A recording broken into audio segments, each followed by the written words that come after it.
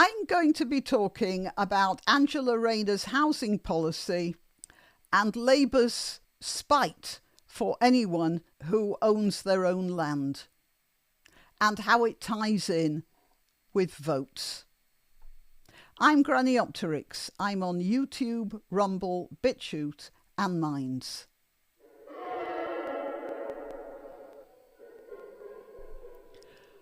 All right, well, this article is taken straight from the Telegraph, which you might not read, so I thought you might be interested. It's Angela Rayner, who is the housing secretary. It has been revealed that only half of the 1.5 million new homes that she is going to be supervising building will go on the market as homes. The rest will be kept for social tenants, meaning most likely new immigrants. I just thought you might be interested in this. Housing Secretary is committed to building the properties in the next 5 years, but estimates suggest only 50% of them will be put on the open market. The rest will be earmarked for social tenants and renters. Now, if you remember, the Prime Minister, before he was Prime Minister, was trying to define working people. And he was saying working people are people who work. But he didn't have a proper definition for them because we're all working people now. But he has this sort of socialist idea that there are the cigar smoking toffs with the top hats and they don't work, and then there are the poor oppressed workers in their boiler suits and carrying adjustable spanners and hammers or whatever, oil all over their faces or whatever, and that makes them working people because, you know, after all, if you remember, you might have forgotten, his dad was a tool maker.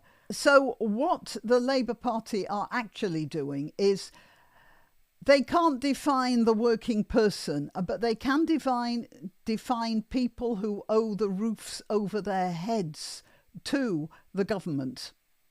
And so by building a lot of houses and then renting them out as government rents, what they are doing is creating a class of people who are beholden to them as voters, because the very roof over their heads and often the food on their table comes from the government.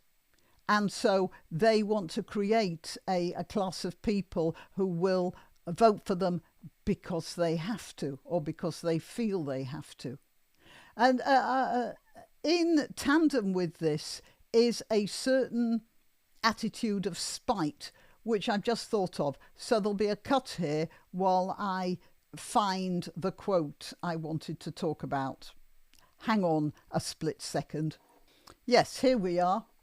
Blair Aid says Labour should do to farmers what Thatcher did to miners.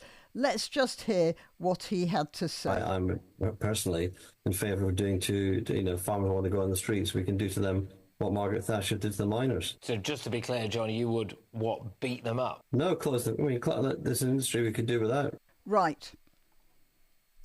He thinks we can do without farmers. What he's actually saying is that he sees farmers as, landowners, toffs, and he is indulging there in spite. He thinks that we should get at the toffs any way we can.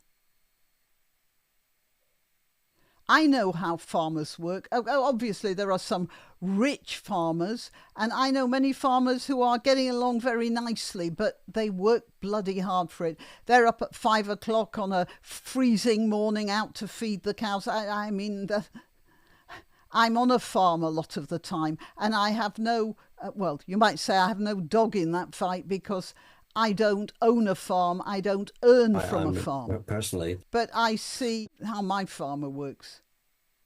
So this is just spite. It's class war.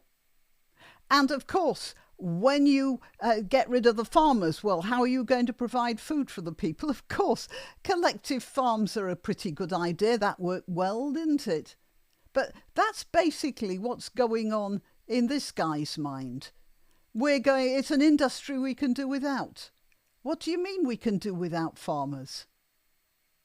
He's not thinking of the food on his table at this point. He's just thinking about revenge and the fact that a landowner is something to be fought against, because a landowner is an independent person. A landowner doesn't owe the roof over his head to the government. And that's what's going on in this country. And unfortunately, this fellow here was an advisor to Tony Blair. And he is part of a Labour Party that is now ascendant. He may not be the advisor to the Prime Minister, but he's certainly got an influential voice, because his voice will be echoed by thousands of Labour supporters. And they find expression in this person here, who knows that she can get votes by rigging the ballots by providing housing to people who owe their shelter to her. That's the Labour Party. That's the fix we're in over here. I'm going to make another video about a Telegraph reporter who's been arrested or threatened with arrest for naughty words on the internet. And again, a part of a campaign to make us afraid to speak out. But that'll be in another video. All right, till next time. You can help my channel by subscribing and clicking the notification bell. That's quite important. And by sharing if you're so inclined. Links to my other channels and to donation methods are in the description. But the best way you can help is simply by clicking like and notify. Thank you.